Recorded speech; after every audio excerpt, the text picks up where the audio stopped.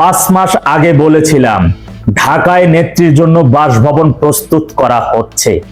অনেকে বিশ্বাস করে নাই, নানান প্রশ্ন করেছেন, কিন্তু এইবার সেই কথার প্রমাণ তো পাইছেন। দেখেন, দাদা ভাই যেটা বলবে সেটা শতভাগ ফলবে এমন কোনো কথা না। কোনোটা 80% ফলবে, কোনোটা আবার 20%ও ফলবে, কিন্তু একেবারে ফলবে না তা হইতে পারে না। মনে রাখবেন, বাংলাদেশ 6 ঋতুর দেশ। এখানে রাজনৈতিক পট পরিবর্তন দাবার গতি কখন কোন দিকে যায় এটা আমার আপনার চিন্তারও বাইরে। তার বাসভবন প্রস্তুত করা হয়ে গেছে। সিসি ক্যামেরা কোথায় লাগানো হয়েছে, ঠিকমতো হয়েছে কিনা, তিনি বাংলাদেশে যেখান দিয়ে প্রবেশ করবেন সেইখান থেকে শুরু করে তার বাসভবন পৌঁছানো পর্যন্ত এবং আগামীর মধ্যবর্তী জাতীয় সংসদ নির্বাচন পর্যন্ত তার নিরাপত্তার সমস্ত খুঁটিনাটি বিষয় যেটা আমার আপনার চিন্তার বাইরে, সেগুলো খতিয়ে দেখার জন্য বিশ্বের 5 অন্যতম শক্তিশালী গোয়েন্দা সংস্থা তথা রিসার্চ এন্ড অ্যানালাইসিস উইং সংক্ষিপ্ত র তার প্রধান বাংলাদেশে গেছেন। তার সাথে আরো শীর্ষ কর্মকর্তারা। কোথায় বৈঠক হয়েছে? Hotel Radisson. কাদের সাথে বৈঠক হয়েছে? ডিজিএফআই প্রধান এবং উচ্চতর কর্মকর্তাগণ। আরো কার সাথে? তারেকের নিরাপত্তা উপদেষ্টা। ডিজিএফআই প্রধান কোথায় গেলেন? দিল্লিতে গেলেন। ঘটনা কোন দিক দিয়ে কি ঘটতেছে বুঝতে পারছেন তো? মনে রাখবেন, আওয়ামী লীগের উপর থেকে নিষেধাজ্ঞা তুলতে হবে। এই নিষেধাজ্ঞা অবৈধ। এই সিদ্ধান্তে একাত্তা ভারত, রাশিয়া, যুক্তরাষ্ট্র এবং ইউরোপীয় ইউনিয়ন বা দেশের সর্ববৃহৎ রাজনৈতিক দলকে নিষিদ্ধ করে দূরে রেখা এবং আর সেই মুখে আবার গণতন্ত্রের ফুল ঝুরানো উড়ানো, দুইটা একটা বিষয় না।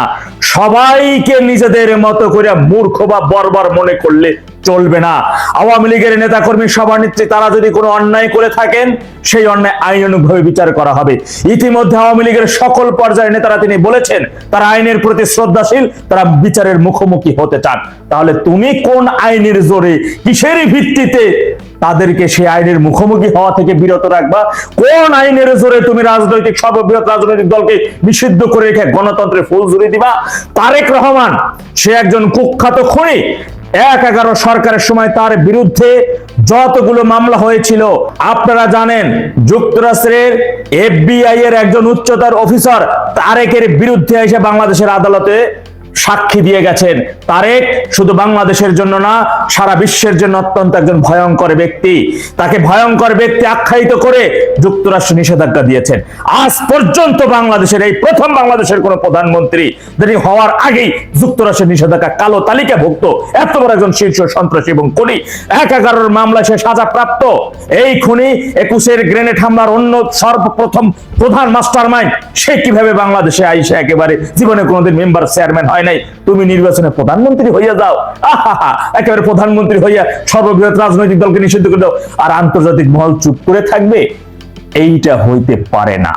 এরই মধ্যে আবার দেখলাম ওই যে বিএনপির গুপ্ত জাটকা চুলের বুদ্ধিজীবী দাবি করা ওই যে জাহিদ, সে বলতেছে শেখ হাসিনা দেশে আসলে তাকে নিরাপত্তা দেওয়া হবে। গতকালকে মিস্টার দীনেশ ত্রিবেদী ওরে যে কথা বলেছেন, সার্জিও ঘোর যে কথা বলেছেন, লড়াচড়ার কোনো সুযোগ নাই।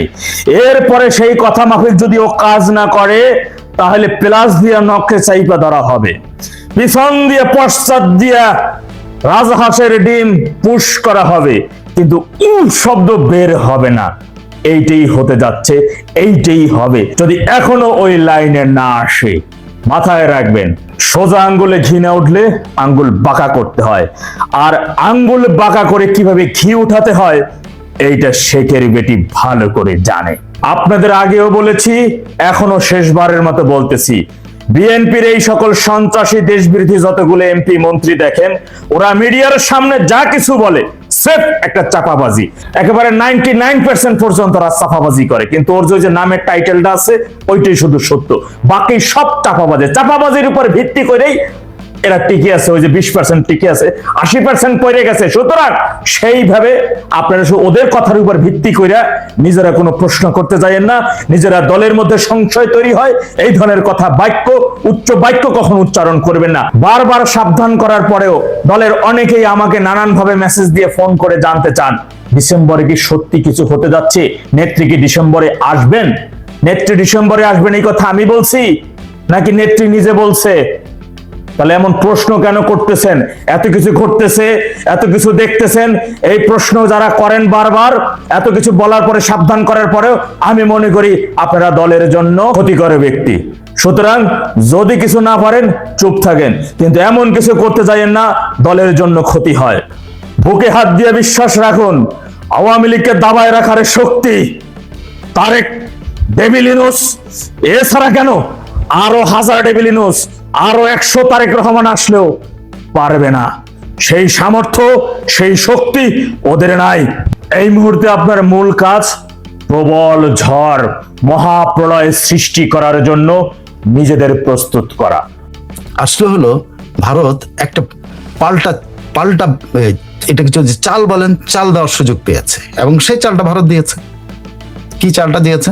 আপনাকে আমরা আমন্ত্রণ জানিয়েছি, দ্বিপক্ষীয় সভার আমন্ত্রণ জানিয়েছি, প্রথমেই আপনি সেটা রেসপন্স করেন নাই। ওটা বলে নাই যে এখন রেসপন্স করেন নাই, কিন্তু এটা ব্যাপারটা কি, যে মনে করিয়ে দেওয়া যে আপনি যেগুলো বলছেন এটা ঠিক না। আমরা আপনাকে আমন্ত্রণ জানিয়েছি, আমাদের প্রধানমন্ত্রী মোদী আপনাকে আমন্ত্রণ জানিয়েছে, আপনি এটাকে মানে লুকোচাপা করতেছেন। আপনি মানে বাংলাদেশ এটাকে লুকোচাপা কেন করতেছে? সেইখানেই প্রশ্নটা, যে কেন এই ভারতের পাল্টা চালের শিকার হলো? পাল্টা চালের শিকার হলো কেন? Ignorance? I don't think so. এখানে কোনো ইগনোরেন্স থেকে খলিল সাহেবের এটা হয়েছে তা না। খলিল সাহেব ইচ্ছাকৃতভাবে এটা করেছে। খলিল সাহেব ইচ্ছাকৃতভাবে এটা করেছে এই জন্য তিনি মানে ভারতকে মনে করেছেন যে এরকম ভারতকে ঘায়েল করতে পারলে তিনি যেরকম একটা অজনপ্রিয় ব্যক্তি সারা বাংলাদেশে, খলিল নাম শুনলে মানুষ বলে যে যুক্তরাষ্ট্রের দালাল, অজিত দোভালের দালাল। এটা সবাই একটা এক ধরনের মানে যারা কিছুটা চেনেন বুঝেন খলিলকে, সবাই কিন্তু তাকে এইভাবে দেখে যে তিনি সরাসরি যুক্তরাষ্ট্রের দালাল, বাংলাদেশটাকে যুক্তরাষ্ট্রের কাছে বিক্রি করে দেওয়ার লোক সে, এবং এট দ্য সেম টাইম তিনি অজিত দোভালেরও কিন্তু একজন শাগরেদ। কারণ উনি অজিত দোভালের হাতে পায়ে ধরেই কিন্তু ইউনূসের সাথে নরেন্দ্র মোদীর বৈঠক করিয়ে দিয়েছিলেন, এবং পরবর্তী সময়ে উনি বারবার কিন্তু দিল্লি সফর করেছেন। তো সেই সময় থেকে বলা হয় অজিত দোভাল তাকে পিক করেছেন, এবং তিনি সেই সময় থেকে কিন্তু এক ধরনের ভারত সম্পর্কে ওনার মতামতটা একটু একটু সফট হতে শুরু করে। সেই জায়গা থেকে সবাই যখন তাকে ভারতপন্থী মনে করে এবং যুক্তরাষ্ট্রের দালাল মনে করে, ভারতের পন্থী মনে করে, সেই জায়গা থেকে বেরিয়ে আসতে চেয়েছেন। কিন্তু আপনি মিথ্যা তথ্য দিয়ে তো বেরিয়ে আসতে পারবেন না, আপনি সত্য তথ্য দিয়ে বেরোতে হবে। এবং সেখানেই জয়সওয়াল বলেছেন বাংলাদেশ এখন পর্যন্ত রেসপন্ড করে নাই তারেক রহমানের যে আমরা আমন্ত্রণ জানিয়েছি সেটাতে এখনো রেসপন্ড করে নাই, হুইচ ইজ ট্রু। বাংলাদেশ আমন্ত্রণ এখন গ্রহণ করেছি করে নাই সেটাও কিন্তু এখন বাংলাদেশ বলে নাই, এটা পর্যালোচনার পর্যায়ে আছে।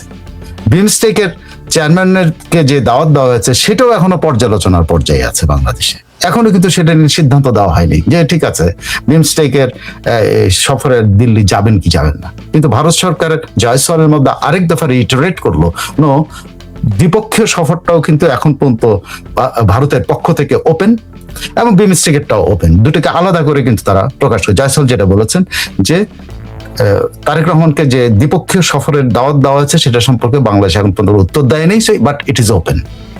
এবং বিমস্টেকের চেয়ারম্যান হিসেবে বাংলাদেশকে যে দাওয়াত দেওয়া হয়েছে, বা বাংলাদেশের চেয়ারম্যান এখন যিনি সিটে বসবেন তার নাম তারেক রহমান, সে তারেক রহমানের পক্ষ থেকে এখন পর্যন্ত কোনো রেসপন্স তারা পাননি। সো বিমস্টেকেরটাও রেসপন্স পান নাই, আবার তারেক রহমানকে যে দ্বিপক্ষীয় সফরে দাওয়াত করেছেন সেটারও কোনো রেসপন্স বাংলাদেশ করেনি। এটাই কিন্তু এই জয়সওয়াল এই কথাগুলো বলার সুযোগটা করে দিয়েছে কে? খলিল সাহেব। খলিল সাহেব মনে করেছেন তিনি নিজেকে ভারত বিরোধী একটা স্ট্যান্ড করাবেন, বা খলিল সাহেবকে দিয়ে কেউ করিয়েছে যে বাংলাদেশ এখন ভারত বিরোধী একটা জিগির বাংলাদেশে বয়ে যাবে, বাংলাদেশ দাঁড়িয়ে। আজকেও দেখলাম বিভিন্ন জন যে খলিল সাহেবকে বলছে খুব বোল্ড, উনি নাকি খুব বোল্ড রিয়াকশন দিয়েছেন, খুব বোল্ড বিহেভ করেছে, এবং তারেক রহমানের সাথে ত্রিবেদীর বৈঠক খুব বোল্ডলি অনুষ্ঠিত হয়েছে। আরে ভাই, তারেক রহমানের সাথে মোদিজির বৈঠক, যদি তারেক এবং মোদি বৈঠকে বোল্ড আচরণ হইতো তাহলে সেটা এত জেল্লা করে প্রকাশ করা যেত। একজন হাই কমিশনের সাথে তারেক রহমানের বোল্ড আর আনবোল্ডের খবরটা কি? আমি তো এই জিনিসটা বুঝি না। তারেক রহমানের সাথে পরিষ্কার ভাবে সরকারি যে ইয়েটা আছে সেখানে বলছে একটা সৌজন্য সাক্ষাৎ, এখানে বোল্ড আনবোল্ড এটা কি? তারেক রহমান ত্রিবেদীর সাথে বোল্ড হওয়ার মানে বোল্ড আচরণ করেছেন নাকি বোল্ড মানে ওই যে ক্রিকেটের বোল্ড হয়ে গেছেন উনি, কোনটা? এই যে শব্দগুলো উচ্চারণ করে, এই শব্দগুলো উচ্চারণের মধ্যে থেকে নিজের দুর্বলতা প্রকাশ করে। তারেক রহমানের তো কোনো প্রয়োজন নেই ত্রিবেদীর সাথে বোল্ড আচরণ করা। আমাদের পররাষ্ট্রমন্ত্রীর তো কোনো দরকার নাই ত্রিবেদীর সাথে বোল্ড আচরণ করা। আমাদের পররাষ্ট্রমন্ত্রীর বোল্ড আচরণ করার কথা হলো ভারতের পররাষ্ট্রমন্ত্রী জয়শঙ্করের সাথে। আমাদের তারেক রহমানের বোল্ড আচরণ করার কথা হলো ভারতের প্রধানমন্ত্রী মোদীর সাথে। এবং ভারতের পররাষ্ট্রমন্ত্রী জয়শঙ্করের সাথে তারেক রহমানের বোল্ড আচরণ করার দরকার নেই। তাহলে বোল্ড হতে হবে।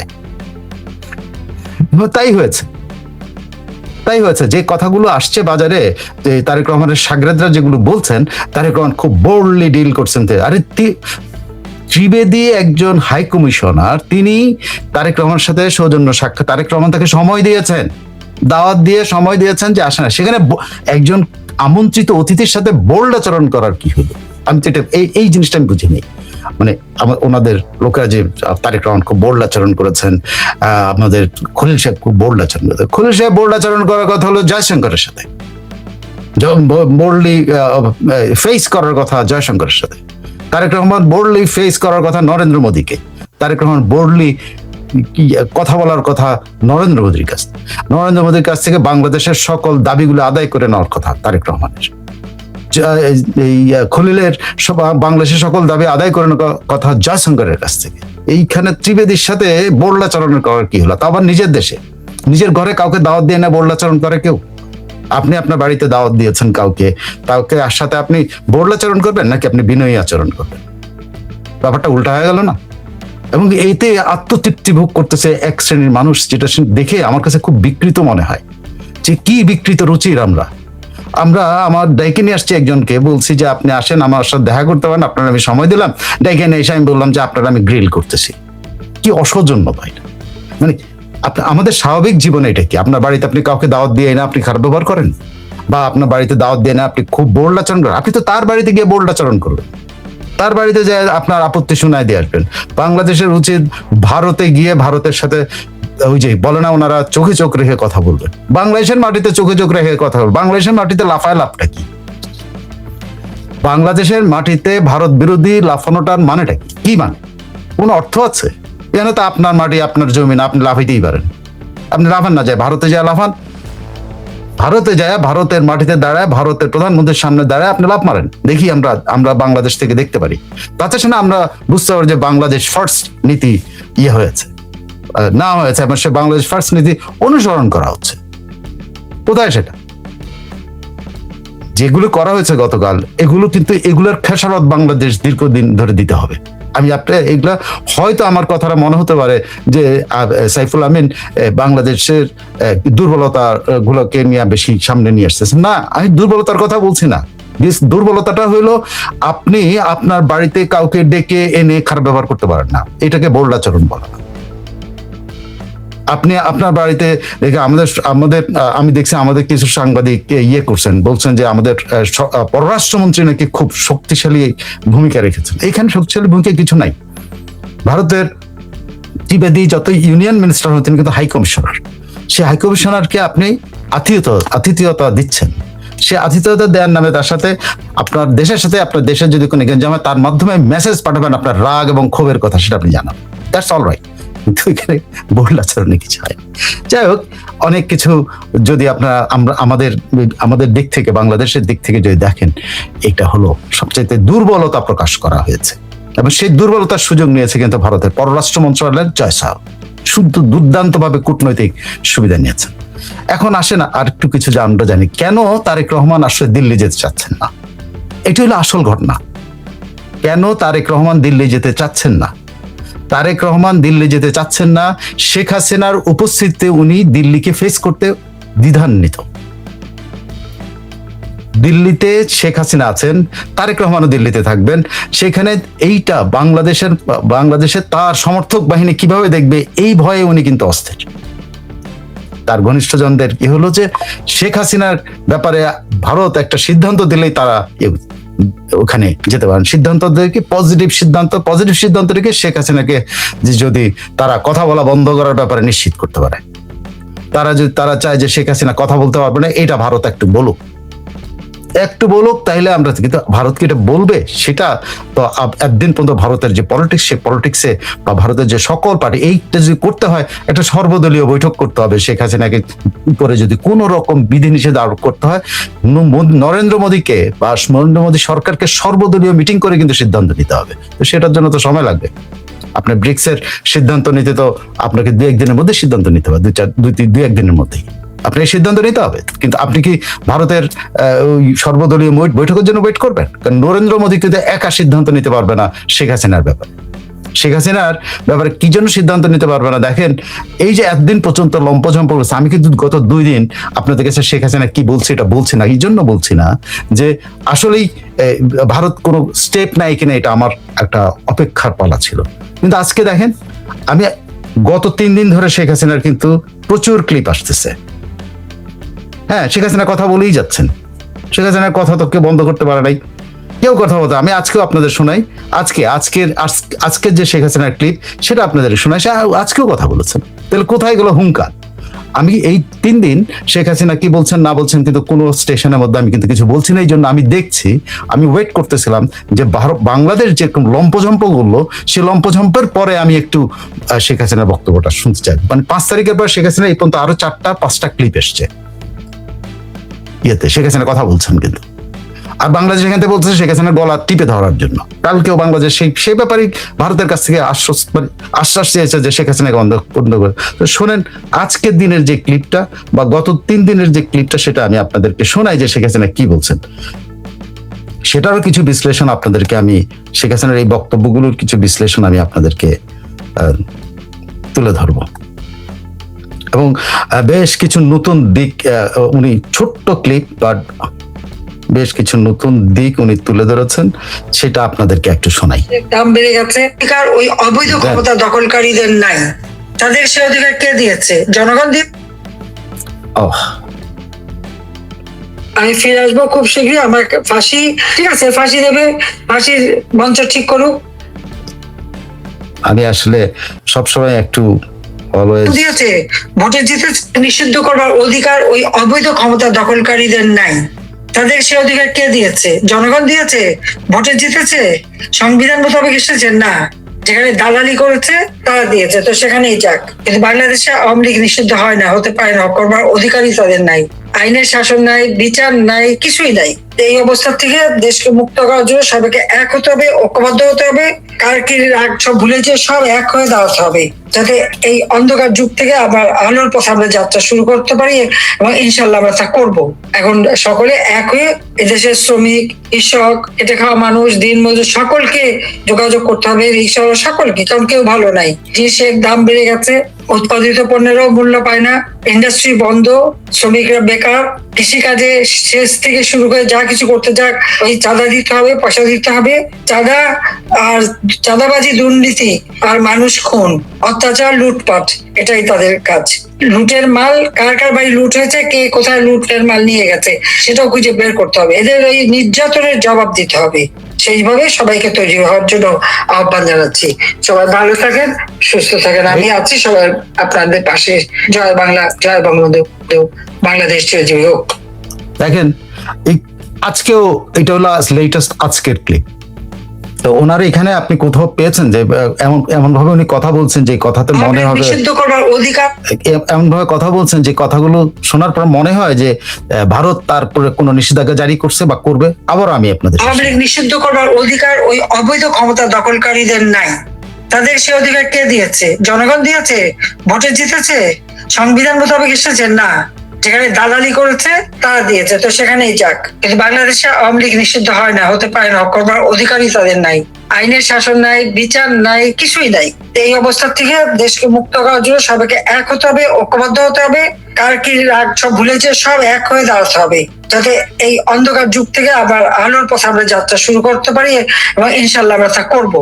এখন সকলে এক হয়ে এদেশের শ্রমিক, কৃষক, খেটে খাওয়া মানুষ, দিনমজুর, সকলকে যোগাযোগ করতে হবে, রিক্সা সকলকে, কারণ কেউ ভালো নাই। জিনিসের দাম বেড়ে গেছে, উৎপাদিত পণ্যেরও মূল্য পায় না, ইন্ডাস্ট্রি বন্ধ, শ্রমিকরা বেকার, কৃষিকাজে সেচ থেকে শুরু করে যা কিছু করতে যাক ওই চাঁদা দিতে হবে, পয়সা দিতে হবে। চাঁদা আর চাঁদাবাজি, দুর্নীতি আর মানুষ খুন, অত্যাচার, লুটপাট, এটাই তাদের কাজ। লুটের মাল কার কার বাড়ি লুট হয়েছে, কে কোথায় লুটের মাল নিয়ে গেছে সেটাও খুঁজে বের করতে হবে। এদের এই নির্যাতনের জবাব দিতে হবে। সেইভাবে সবাইকে তৈরি হওয়ার জন্য আহ্বান জানাচ্ছি। সবাই ভালো থাকেন, সুস্থ থাকেন, আমি আছি, সবাই আপনাদের পাশে। জয় বাংলা, জয় বঙ্গবন্ধু, বাংলাদেশ চিরজীবী হোক। এটা হলো আপনাদেরকে একটা জিনিস শুনুন যে আজকে সর্বশেষ ওনার বক্তব্য। আপনি যদি, আমিও ওয়েট করেছি এই জন্য যে আচ্ছা দেখা যাক না, এখন দেখেন আমি আরেকটা শোনাই, এই গতকালেরটা শোনেন, গতকালেরটা শোনেন, উনাকে থামালো কোথায়? এভাবে একটা দেশ চলতে পারে না, এভাবে চলতে পারে। আমার একটা বিশ্বাস আছে যে দিন আসবেই, এভাবে একটা দেশ চলতে পারে না, এভাবে চলতে পারে না।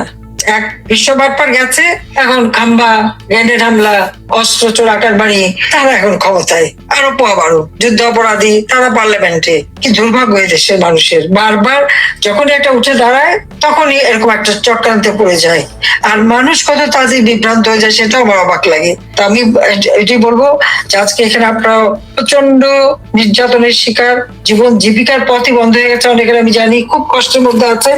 তবে মনোবল হারাবেন না। যখন আমরা কিছু হারাই, হারাবার কিছু থাকে না, তখন তো মনের শক্তিটা ছাড়া আর কিছু থাকে না। আমাদের তাই আছে। আমি, আমার ছোট বোন রেহানা, আমাদের 5টা বাচ্চা, সবাই মামলা দিয়ে সাজা দিয়ে দিয়েছে, কিন্তু কি মামলা হলো আমরা এখন তা জানি না। কারো কাছে কোনো নোটিশও না, কিছু পাইনি, কিন্তু আমরা তো আছি যে যেখানে ছিলাম সেখানেই। হ্যাঁ, আমি না দেশ ছাড়া, কিন্তু আমি কোথায় আছি তা তো সবাই জানে। কাজ পর্যন্ত সেটা দেখালো না, কিন্তু মামলা দিয়ে ঝটপট সাক্ষী টাকি করে বাস সাজা দিয়ে দিল। ঠিক আছে, সেটাও আমরা দেখে নেবো। 600-র উপরে মামলা আছে, অধিকাংশ উপর হত্যা মামলা। তালিকা করে রাখতে হবে। মনে রাখবেন, এই মনের শক্তিটা বড় শক্তি। আমাদের কথা চিন্তা করেন, যখন বাপ মার ভাই বোন সব হারালাম, ঘর নাই, বাড়ি নাই, রিফিউজি হিসেবে 6 বছর থাকতে হলো।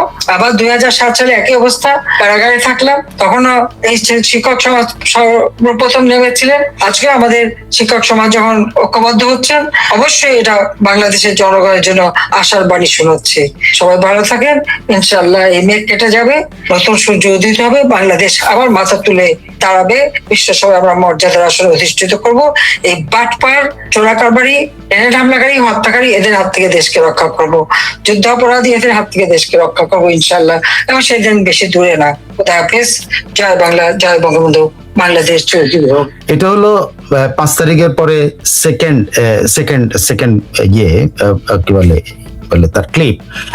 5 তারিখের পর যে ক্লিপটা, যে চুপ বসে থাকবে এটা তো না। শুনেন, আমি জানি আপনারা যাদের হারিয়েছে তাদের শরীর দিতে পারবো না, কিন্তু আমি এটুকু বলতে পারি যে বিচার আমি করবো ইনশাল্লাহ। তাদের দায় মুক্তি দিয়েছে, ইন্ডেমনিটি দিয়েছে, যারা আগুন দিয়ে পুড়িয়েছে, মানুষ মেরেছে, পুলিশ মেরেছে, কিন্তু সব মামলা আওয়ামী লীগের নেতাদের বিরুদ্ধে। আর যারা মারছে তারা নাকি হিরো, জুলাই হিরো, তাদেরকে দায় মুক্তি দিয়েছে, তাদের বিচার করা যাবে না। এইরকম জুলুম অত্যাচার বাংলাদেশে চলছে। 460টা থানা পড়ালো, আর পিটিয়ে হত্যা করলো, অস্ত্রগুলি লুট করলো, এনে পা বেঁধে ঝুলিয়ে, পুলিশ সেটা ভুলে গেছে। তারপর আবার বললো পুলিশ হত্যার বিচার হবে না। তো পুলিশ হত্যার বিচার হবে না তো বিএনপি স্বরাষ্ট্রমন্ত্রী বলে দিয়েছে। তো পুলিশ যেভাবে মানুষের গায়ে হাত দেয়, মানুষ যখন রুখে দাঁড়াবে, আমি খালি আপনাদের সান্ত্বনা দিতে পারি আর আপনাদের পাশে আছি।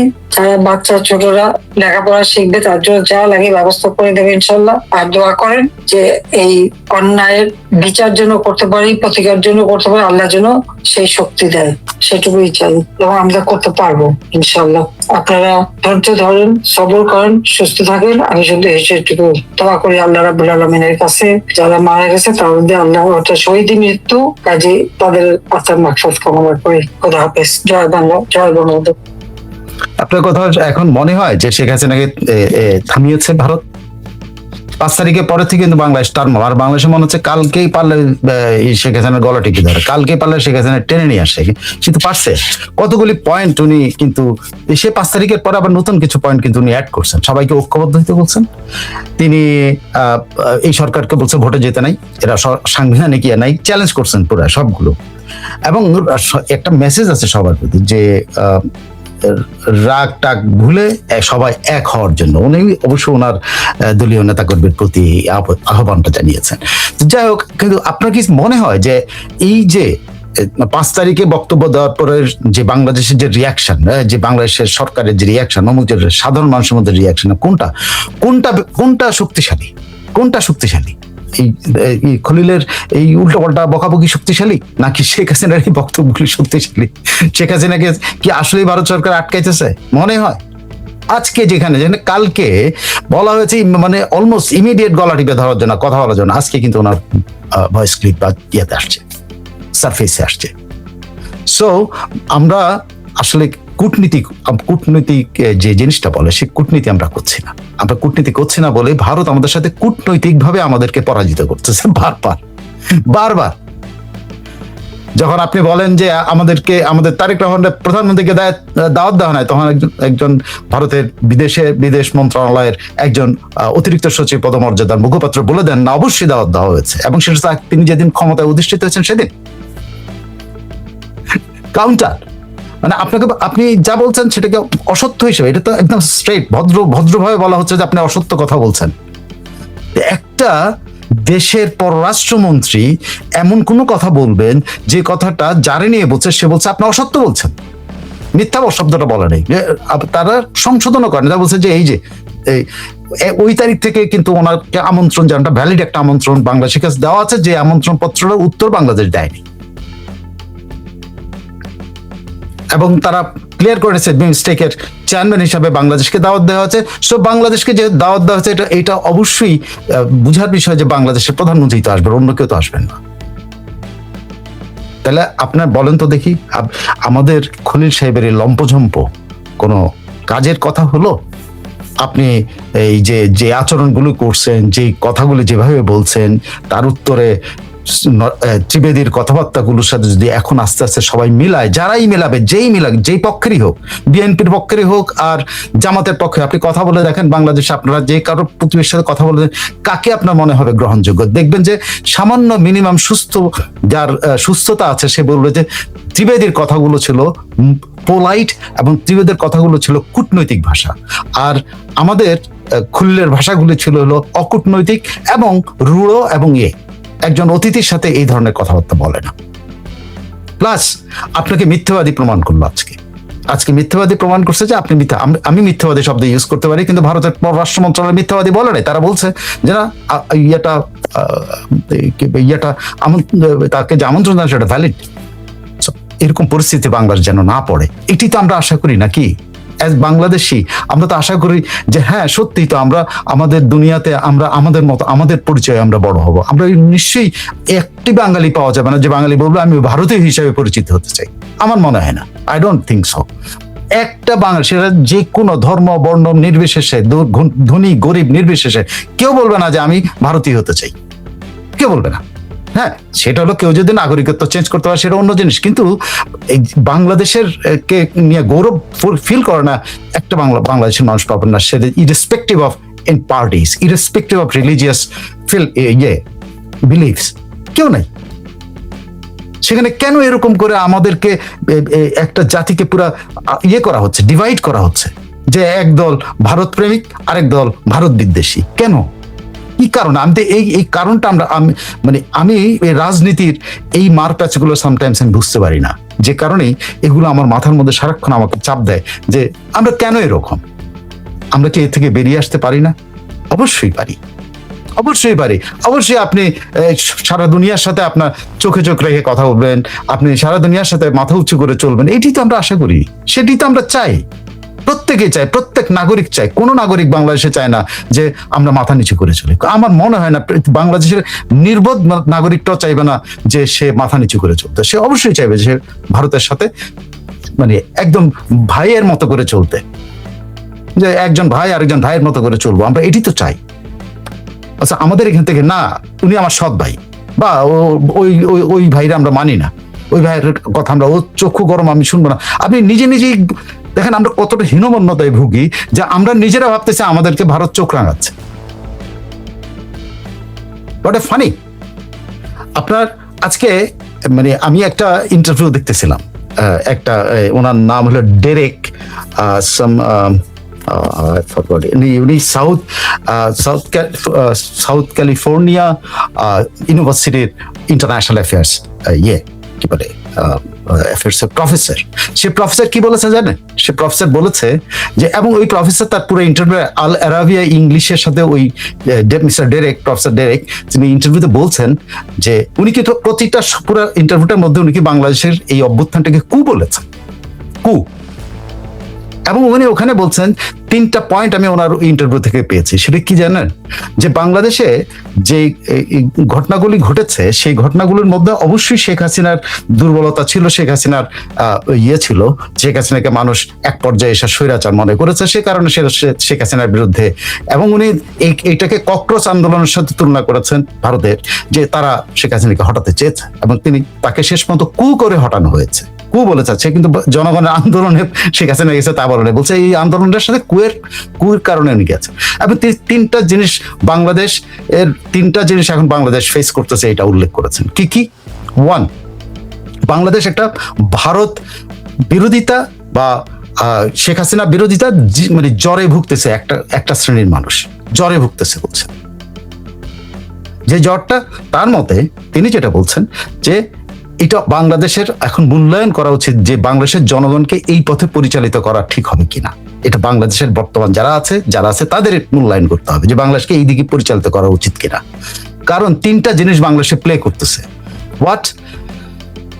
চায়না বাংলাদেশের এই যে নিজস্ব বাংলাদেশ ভারত থেকে বাংলাদেশ সরে আসতে চায় যে মানসিকতা দেখা যায়, চায়না এটা লুফে নিয়েছে বলছে। তার সঙ্গে বলছেন চায়নাটা লুফি নিয়েছে, এবং চায়না তার নিজের স্বার্থে, বাংলাদেশের স্বার্থের কোনো ধার, তার নিজের স্বার্থে সে এখানে এই বাংলাদেশের এই অ্যাটিটিউডটা চায়। কিন্তু এর বিপরীতে ভারত এটা চায় না। কেন চায় না? তিনি বলছেন যে শেখ হাসিনার আমলে ভারত বাংলাদেশের কাছ থেকে যে জিনিসটা পেয়েছে সেটা হলো সংখ্যালঘু যে আছে তাদের নিরাপত্তা বাংলাদেশ আদায় করতে ভারত নিশ্চিত করতে পেরেছিল।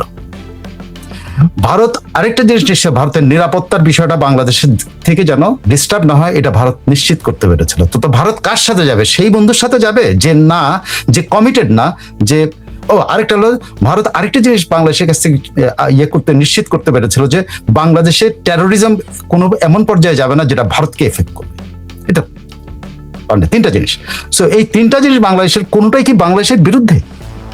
3টা জিনিস তো বাংলাদেশের স্থিতিশীলতার জন্য প্রয়োজন ছিল। অথচ এখন যারা এই জিনিসগুলো নিয়ে সামনে আসছে তারা কি তাদের সাথে কি ভারতের সমঝোতা হইতে পারে, যে যারা ভারতের নিরাপত্তা নিয়ে কোশ্চেন করবে, ভারতের নিরাপত্তাকে হুমকির মুখে ফেলবে, অথবা যারা বাংলাদেশে টেরোরিজমকে সাপোর্ট করবে, অথবা যারা বাংলাদেশে ধর্মীয় সংখ্যালঘুদের উপর নির্যাতন করবে, এদেরকে ভারত সাপোর্ট করতে পারবে? সো এখানে ভারত অলওয়েজ এই জিনিসগুলোর জন্য দাঁড়াবে, এবং সেটা কে সাপোর্ট করে, কে তাদেরকে নিশ্চিত করেছে? শেখ হাসিনা। সো শেখ হাসিনার পাশে ভারত থাকবে, এটি খুব স্বাভাবিক ব্যাপার। উনি বলছেন আরেকটা জিনিস, উনি বলছেন এইটা আরেকটা প্লেগ্রাউন্ড হতে যাচ্ছে, সেটা হলো আমেরিকার একটা প্লেগ্রাউন্ড হতে যাচ্ছে। কারণ ভারত এবং চীনের যে প্রতিযোগিতার মধ্যে ঢুকছেন, যে যুক্তরাষ্ট্র আছে, সেখানে যুক্তরাষ্ট্রের একটা হলো পার্মানেন্ট যে পলিসি, আরেকটা হলো ট্রাম্প পলিসি। উনি 2টা ভাগ করছেন, যে যুক্তরাষ্ট্রের একটা ট্রাম্প পলিসি, আরেকটা হলো যুক্তরাষ্ট্রের পার্মানেন্ট পলিসি। বুঝলো পার্মানেন্ট পলিসিটা কি? বাংলাদেশের সাথে চুক্তি করে এইটা করে বাংলাদেশকে তাদের নিয়ন্ত্রণে রাখা। কিন্তু ট্রাম্পের একটা পলিসি আছে, যেটা ট্রাম্প এখনো খেয়াল করছেন কিনা যায় না, যদি উনি বলছেন যে এখনো খেয়াল করছেন কিনা যায় না, অতীত জিনিসগুলোতে সবসময় মনে রাখে। সেটা সে ইউনুসকে খুব অপছন্দ করত। সে যে কোনোভাবে টের পায় যে এই বাংলাদেশের বর্তমান সরকার ইউনুসের পলিসি মেনটেন করতেছে, then Trump will be different one. Trump এটা হয়তো যখনই খেয়াল করবে ট্রাম্প কিন্তু এরকম হয়ে যাবে। আমি অস্বাভাবিক তার পেয়েছি যে ট্রাম্পের এই জিনিসটা কেউ খেয়াল করছে না, যে ট্রাম্প হয়তো বাংলাদেশে কি হচ্ছে না হচ্ছে তার আর কেয়ার করতেছে না, সে তার স্টেট মেশিনারি তো কাজ করতেছে। কিন্তু সে যদি টের পায় কোনোভাবে, যদি তার কানে যদি কেউ পৌঁছায় দেয় যে বাংলাদেশের বর্তমান যারা ক্ষমতায় আছেন তারা কিন্তু ইউনুসের পলিসি অনুসরণ করতেছে, ব্যাস, দেন হি উইল স্পার্ক। আমি বলছি তখন বাংলাদেশে আরেকটা প্লেগ্রাউন্ড হবে। সো ত্রিমুখী যন্ত্রণার মধ্যে, ত্রিমুখী বিপদের মধ্যে কিন্তু বাংলাদেশ পড়ে আছে। তার ডেরেক গ্রসম্যান, আমার মনে পড়লো, Derek Grossman, professor of international affairs, south California university, তার বক্তব্য এটা। এবং তিনি কিন্তু এই কিনা এর আগেও আরেকটা আর্টিকেল লিখেছিলেন বাংলাদেশে যখন শেখ হাসিনা সরকার ক্ষমতাচ্যুত হয়, তখনও কিন্তু একটা আর্টিকেল লিখেছিলেন। সে আর্টিকেলেও কিন্তু উনি একই রকম ভাবে বাংলাদেশকে করছেন যে বাংলাদেশে যেটা হয়েছে এটা এটা শুধুমাত্র না কি বলে যে একেবারে শেখ হাসিনাকে আন্দোলন করে হটিয়ে দেওয়া হচ্ছে, বিষয়টা তা না। উনি পুরো ইন্টারভিউর মধ্যে কোনো একটাও বলেন না রেভলিউশন, কিচ্ছু বলেন। উনি বরং ককরোচ আন্দোলনের সাথে তুলনা করেছেন, এই রিসেন্ট ককরোচ আন্দোলন যেটা উনি বলছেন ভারতে সফলভাবে ভারত সরকার এটা দমন করেছে। এবং তিনি এটা হচ্ছে এই প্রবণতার সাথে আরব দেশের যে রেভলিউশন গুলো হয়েছে সেটার সাথে এটা মেলানোর কোনো কারণ নাই, কারণ এখানকার প্রেক্ষাপট ডিফারেন্ট, ওখানকার প্রেক্ষাপট ছিল ডিফারেন্ট। এখানে একটা সরকারকে হটানোর জন্য সবসময় ডিফেন্স ফোর্স কাজ করেছে। So that's all. আমি আজকে আপনাদের অনেক সময় নিলাম অনেক কিছু বলার জন্য। যাই হোক, আশা করি সবাই ভালো আছেন, ভালো থাকবেন। আমরা দেখি এখন যেটা আমার সবচেয়ে প্রিয় অংশ, যেটা আপনারা কি বলেন সেটা দেখার চেষ্টা করি। যদি একটু সময় লাগে সময় দিয়েন প্লিজ। এসকে বিশ্বাস, থ্যাংক ইউ সো মাচ। হাসা, থ্যাংক ইউ সো মাচ। বিদ্যুৎ নাই, এটা প্রত্যেক দিনের কথা। এসকে বিশ্বাস। শিকলিপন, বিদ্যুৎ জন্য লাইভে আসতে পারি না, সরি ভাই। ইউসুফ মোহাম্মদ, কি কষা জাহির, কষা ছাড়লো ওকে নিয়ে 11টার সময় একটা এপিসোড করতে যাচ্ছি। আই থিঙ্ক ইউ লাভ ইট। আপনার যদি মনে হয় 11টা দেখতে আসেন, আমি তার সম্পর্কে বলবো। আজহারুল ইসলাম, জানতে চাই কষা, এটা 11টায় কথা বলবো প্লিজ। এসকে বিশ্বাস, বিদ্যুৎ এমন পর্যায়ে পৌঁছে মোবাইল ফোন চার্জ দেওয়ার সুযোগ পাচ্ছে না। আজহারুল ইসলাম, বিদ্যুতের খুব কষ্টে আছি, সো সরি। তরিকুল ইসলাম, খলিল উপদেষ্টা হুমায়ুন সাহেবের জন্মগত আওয়ামী লীগ ও ভারত বিদ্বেষী। খলিলের কোন জন্মদার, খলিলের সুবিধাবাদী। খলিল কোনোদিন না, সে যখন যেটা সুবিধা হবে, ভারতকে প্রয়োজন হবে ভারতকে ব্যবহার করবে, সে সবাইকে ব্যবহার করতে অভ্যস্ত। এসকে বিশ্বাস, আমাদের বিদ্যুৎ নাই, গ্যাস নাই। এসকে বিশ্বাস, ঠিক আছে। এমআর চৌধুরী, তারেক রহমান একবার ভারত সফরে যাওয়া হচ্ছে, আমার মনে হয় বরফ অনেক গলে যাবে। আমার এখনো বিশ্বাস তারেক রহমান দিল্লি সফর যাবেন, কারণ এটার বিকল্প নাই বাংলাদেশের এখন। যাদের নিয়ে আলোচনা করেছেন ভাই, দেশ চালানোর কোনো যোগ্যতা আছে বলে মনে হয় না। নাজমা আক্তার, তারেক রহমান হলেন বাংলাদেশের প্রধানমন্ত্রী, তাই তিনি ঘটনাচক্রে বিমস্টেকের সভাপতি, তাই সভাপতিকে সভাপতি সে অ্যাড্রেস করা হয়েছে, যা মূর্খ সমালোচক গুলো ভুলভাল ব্যাখ্যা করছে। হ্যাঁ, তপন কেন যে এরকম হয় আমার। হ্যাঁ, তপন রক্ষিত, শেষ পর্যন্ত প্রধানমন্ত্রী যাচ্ছেন ভারতে। ও আচ্ছা, আমি ডিসিশনটা জানি না। ডিসিশনটা আমি যেহেতু ছিলাম, এই মধ্যে কোনো ডিসিশন হয়েছে কিনা আমি বলতে পারবো না। দিল্লি না ঢাকা, জুলাই যোদ্ধা, এই হচ্ছে এদের আলোচনা বিষয়। তাতে দেশের মানুষের কি হচ্ছে এগুলো দেখার প্রয়োজন নাই। Adiba, agreed, okay, agreed. What do we agree? কিসে আমরা এগ্রিড হলাম? আজহার ইসলাম, ব্যাখ্যা করে বলবেন। আজকে আওয়ামী লীগের মিছিল থেকে 13 জনকে মেরে বিএনপি পুলিশের কাছে সোপর্দ করেছে, সেই বিএনপি কে সুযোগ দিবে? তার মানে নিয়ন্ত্রণ করে এনে ভাব দেখানো মূর্খ ছাড়া কিছুই না। এসকে বিশ্বাস, আমাদের রুচি আছে বলে মনে হয় না। আরবি ভাই, তারেক রহমান জামাত এনসিপি কে শান্ত রাখার জন্য ভারতের সাথে এরকম আচরণ করা। উনি সব সময় বলেন সবার আগে বাংলাদেশ। মুগ্ধ, ভারতের বন্ধুত্বপূর্ণ আচরণকে এরা দুর্বলতা মনে করছেন। তারেক রহমান ভয় পেয়েছেন। খুশি এন্টারপ্রাইজ, 1908 সালের 11ই অক্টোবর বিপ্লবী ক্ষুদিরাম বসুর আজ ফাঁসি বরণ করেছিলেন। বিপ্লবীকে লাল সালাম শ্রদ্ধা ভরে স্মরণ করছি তার আত্মদেয়।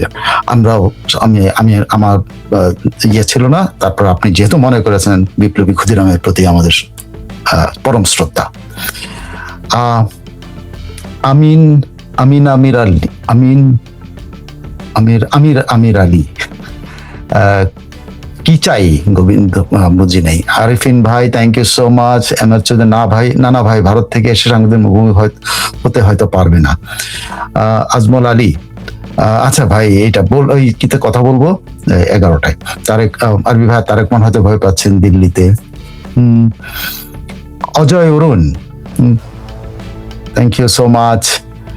আর ফরহাদ, কিছু সংবাদপত্র দেখলাম আগ বাড়িয়ে প্রধানমন্ত্রী ভারত যাচ্ছে না বলে প্রচার করতেছে, কারণ উদ্দেশ্যটা কি ওদের প্রচারের? I don't know. এক্স মুসলিম এইথেইস্ট, প্রধানমন্ত্রী শেখ হাসিনা দেশে ফিরলেই তার সমর্থনে কমপক্ষে 50 লক্ষ মানুষ রাজপথে নেমে আসবে। আশিক লিপন, জয় বাংলা জয় বঙ্গবন্ধু বলেছেন, ভাই সব শুনেছে দেখেছে, শিপলু আমিন। ওকে, এক্স মুসলিম আবার বলছেন, এই মুহূর্তে দেশের কমপক্ষে 65 থেকে 70% মানুষ বাংলাদেশ আওয়ামী লীগকে সমর্থন করছেন। ওকে, সুমা শামীমা, সুমা শামীমা নিশ্চয়ই কবিতা লিখেছেন, স্বভাব কবি। সময়ের স্রোত বদলেছে, দিন বদলেছে প্রেক্ষাপট, রাজনীতির রাজপথে জমেছে কত শত সংঘাতের মেঘ। সংগ্রামের ভাষা কেবল অস্ত্র কিংবা ক্ষোভের নাম নয়, জনগণের ভালোবাসা জয় করাই সবচেয়ে বড় জয়। সুমা শামীমা, চালিয়ে যান আপনি, আপনার এগুলো সংগ্রহ করেন, একটা বই বানায় ফেলেন। মিস্টার তমিজ, আপনারটা পড়তে পারলাম না। রিয়াদ ইনশাআল্লাহ জি, থ্যাংক ইউ। ওকে ওকে, স্বামী আরো লিখেছেন, ভুলের হিসাব শুধরে নিয়ে পথ চলবার শক্তি, সত্যের আলোয় নতুন করে গড়ে তোলার গণভক্তি, রাজপথের সেই নতুন লড়াই হোক ন্যায়ের পক্ষে ডর, জনসেবার অঙ্গীকার আসুক আলোর নতুন ভোর। নাজমা আক্তার, কোথায় আগরতলা, কোথায় উকিরতলা? According to you, Abrar, according to you, who is Bangladesh best prime minister? Rank them 1, 2, 3 without Bangabandhu Sheikh Mujibur Rahman. I don't want to. Sheikh Hasina 1 নম্বরে, এতে কোনো সন্দেহ নাই। তারপর সমাজসেবী আরো লিখেছেন, সর্বাণী মুখোপাধ্যায়, থ্যাংক ইউ সর্বাণী দি, আপনি এখানে এসেছেন, সময় পেলেন। ভারত শেখ হাসিনার বক্তব্য দেওয়া বন্ধ করবে কেন? উনি তো নিজের মাতৃভূমিকে নিয়ে কথা বলছেন। থ্যাংক ইউ, আপনিও জিনিসটা মানে উপলব্ধি করেন যে সে নিজের দেশ নিয়ে কথা বলে, শুধু অন্য কোনো দেশ নিয়ে কথা বলে না, সে তার দেশ নিয়ে কথা বলতে পারবে না কেন? নাজমা আক্তার, অতিথি নারায়ণ, কিন্তু বাংলাদেশ মূর্খগুলি বুঝছে না। খুশি এন্টারপ্রাইজ, 5 তারিখের পর ওয়ার্ড থেকে ইউনিয়ন, উপজেলা ও জেলা আওয়ামী লীগের কমিটি সুসংগঠিত হতে শুরু করেছে, তার আভাস মিলছে। সর্বাণী মুখোপাধ্যায় আবার লিখেছেন, বাংলাদেশ এখন জোর যার মূল্য তার অদ্ভুত অবস্থা। ওকে, আজকে অনেকে কমেন্ট করেছেন। আব্দুল ওয়াদুদ, মানুষ আচরণ কখনো পরিবর্তন করা যায় না, দেশের মানুষের সাথে যে আচরণ, যে চরিত্রে কথা বলে, সেটি বিদেশিদের সাথে কথা বলছে। রিয়াদ, ইনশাল্লাহ আল্লাহ সর্বশক্তিমান, শেখ হাসিনা বলছেন আসবে, সে আসবেই, আল্লাহ যেন শেখ হাসিনাকে ভালো রাখেন। আরিফিন ভাই, সাইদুল আরিফিন চ্যানেল, ব্রিক্স আমন্ত্রণ জানিয়েছে বিমস্টেকের চেয়ারম্যানকে, ভারত প্রধানমন্ত্রী দাওয়াত দিয়েছেন, বাংলাদেশের প্রধানমন্ত্রী ভুলটা কোথায়? সর্বানিধি আরো লিখেছেন, সত্যি তাই, হীনমন্যতায় ভোগে বলে সারাক্ষণ লম্পজম্প করে। অন্তর চৌকিদার, জয় বাংলা জয় বঙ্গবন্ধু বলেছেন। মনিরুজ্জামান বলেছেন, মনিরুজ্জামান কি বলেছেন? আমি সবসময় বোকা টাইপের। মনিরুজ্জামান, আমি না ভুল করে, মনিরুজ্জামান বলেছেন, মনিরুজ্জামান আপনার লেখাটা পড়তেই পাচ্ছি না, কেন জানি বুঝতে পারছি না। মনিরুজ্জামান বলেছেন, এদের এই বুঝটুকু নাই যে প্রধানমন্ত্রী এর পদাধিকার বলেই তারেক রহমান বিমস্টেকের সভাপতি, সুতরাং বিমস্টেকের সভাপতিদের দাওয়াত দিলে প্রধানমন্ত্রীকে দাওয়াত দেওয়া হয়। সঠিক বললাম নাকি ভুল বললাম? এইটাই তো ঠিক কথা ভাই, আমি বুঝতে পারি, ওরা বুঝতে পারে না, কি মুশকিল না? তুমি ছাগল দিয়ে হাল চাষ করা যায়? সৌমা শামীমা, কবিতা লিখতে লিখতে অনেক কবিতা। শব্দ যেন অস্ত্র না হয়ে দাঁড়ায় শান্তির সেতু, কূটনীতির ওই পতাকায় উড়ুক প্রজ্ঞার কেতু, আত্মমর্যাদা রক্ষায় পাক সংযমী যে ভাষায়, সেই ভাষায় সংঘাত নয় মেলবন্ধনে দেশ বাঁচে আশায়। ওকে, আপনার কখনো পার্সোনাল বিষয় নিয়ে লিখতে নাই। তারপরে সমস্যা আরো লিখেছেন, সর্বাণী লিখেছেন, সোমা আপু আমি আপনার প্রত্যেকটা কবিতা পড়ি। সোমা আপনার অনেক ভক্ত আছে। ওকে, তাহেরা ইসলাম, দালালরা দালালি করবে, এটাই তাদের স্বভাব। বুঞ্জু এনিমি, অনেক বুঞ্জু enemy, thank you so much. Sheikh Hasina বাকিরা টেনে টুনে পাস, আর ছোট জন পরীক্ষার আগেই প্রশ্ন পেয়ে ফেল করেছেন। মিয়া ভাই, অনেক শুভেচ্ছা সবাইকে, অনেক অনেক শুভেচ্ছা, অনেক অনেক ভালো থাকবেন সবাই। অনেক ভালো লাগলো। মনিরুজ্জামান আরো একটা কি যেন লিখেছেন, জয় বাংলা জয় বঙ্গবন্ধু বলছেন। মনিরুজ্জামান কিছু একটা লিখেছেন, গোস্ট বাস্টার, জয় বাংলা জয় বঙ্গবন্ধু বলেছেন। Thank you so much everybody.